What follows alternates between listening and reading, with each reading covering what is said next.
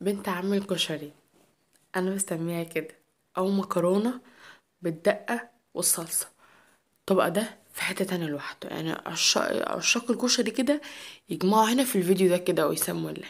هنعمل مكرونه بالدقه والصلصه، سريعه، منجزه، اقتصاديه، لذيذه، كل حاجه حلوه هتلاقوها في الطبق ده. لو عايزه تعملي كشري او عايزه تاكلي حاجه زي الكشري تكون بسيطه وسهله ومتقفيش كتير ومن غير بقى حلال كتير، حاجه كده شبه الكشري الحله الواحده.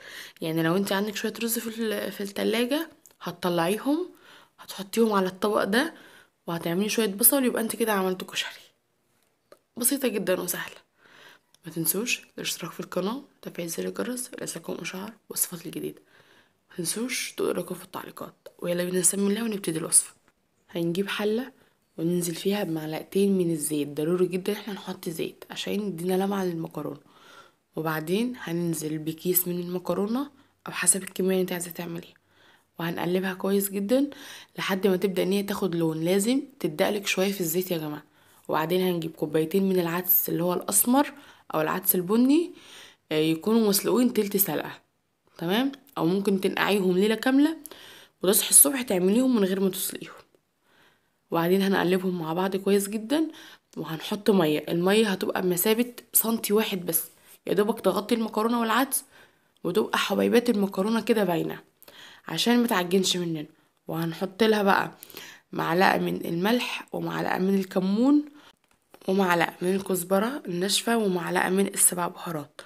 وهسيبها كده لحد ما تشرب المية وتغلي وتشرب المية، وبعدين اهدي عليها واعملها معاملة الرز العادي. كده اول خطوة معايا خلصت. كده انا عملت المكرونة سهلة جدا، المكرونة والعدس. بعدين هجيب حلة بقى هحط فيها معلقتين من الزيت ومعلقة من السمنة، وبعدين هنزل بعصير طماطم على قد كمية المكرونة اللي انا عاملاها. تمام. وبعدين هنزل عليه بكيس صلصة او معلقتين من الصلصة، مهمة جدا الصلصة عشان لون الطماطم. وبعدين هنزل معلقة من الكمون، معلقة من الفلفل معلقة من الكمون، معلقة من سبع بهارات، معلقة من الكزبرة الناشفة، معلقة من البابريكا، ونص معلقة من الفلفل الأسمر، ونص معلقة من السكر، ومعلقة من الملح. وأسيبها لحد ما تتسبك وتبقى زي صلصة الكشري العادية. وبعدين كده أول خطوتين من الوصفة خلصوا. هاجي بقى أعمل الدقة. هجيب طاسة أحط فيها معلقتين من الزيت، 10 فصوص من الثوم مهروسين، ربع معلقة من الخل، وهقلبهم كويس جدا. وبعدين هحط عليهم معلقة من هريسة الشطة الحمراء أو الخضراء أو بذور من الفلفل الأحمر. تمام. وبعدين معلقة من الملح ومعلقة من الكمون، وهقلبهم كويس جدا. وهنزل عليهم بكوباية من المية وهسيبهم لحد ما ياخدوا غلوتين، هما غلوتين اتنين بس وبس. الوصفة خلصت.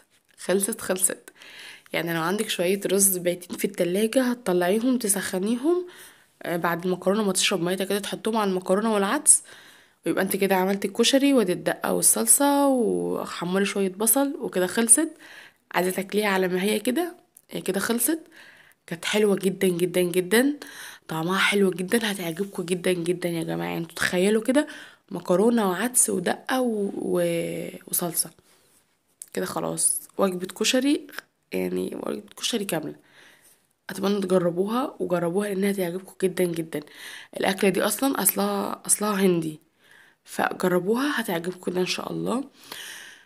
وبس، ما تنسوش بقى تشتركوا القناة وتفعلوا زر الجرس. اشوفكم ان شاء الله على خير في فيديو جديد.